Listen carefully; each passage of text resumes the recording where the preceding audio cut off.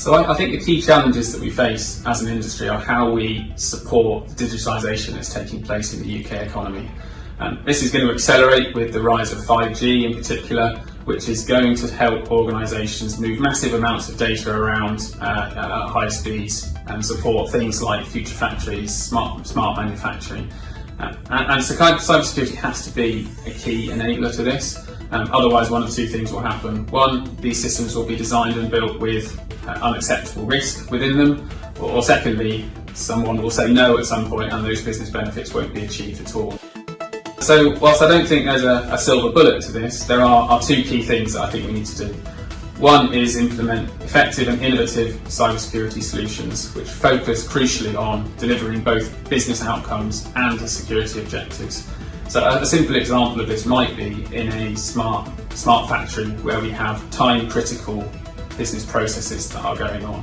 Now, if the security team simply come along towards the end and add a layer of cryptography over the top, then ultimately will probably introduce latency into the system which will prevent those business objectives being achieved. So we need to be a bit more clever about it. We'll try a secure by design and cyber resilience approach, and we'll work with the team during the design to implement, let's say, layer 2 cryptography, which has a much lower latency requirement. And this will allow both the business and security benefits to be achieved.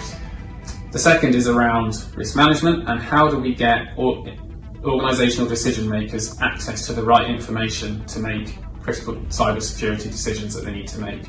What I see too much at the moment is dispersed risk management. So cybersecurity risk being treated differently to, say, finance risk, and even within cybersecurity risk you have a separation between OT risk and enterprise IT risk. So what we're looking to do is how do we create and implement holistic risk management frameworks within organisations, and implement is crucial there. So it's very easy to write these documents, and it's very hard to implement them in practice.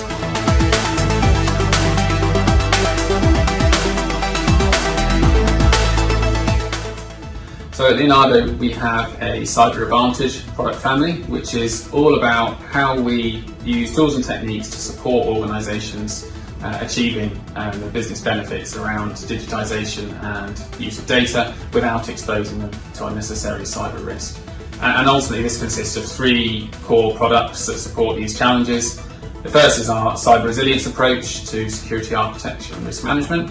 We're very proud to be a National Cybersecurity Centre certified consultancy, and we've got teams of experts supporting security architecture and risk management across defence, UK government and UK's national infrastructure. The second is our security monitoring product.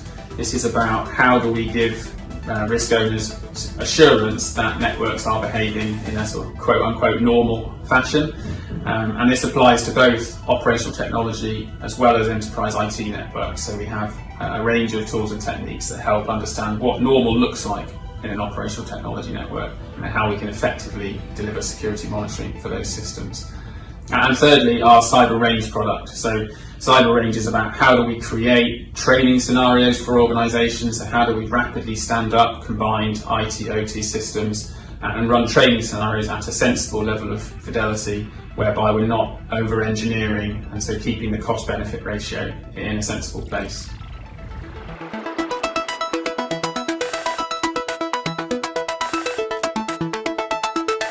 So we believe that an approach based around cyber resilience is key.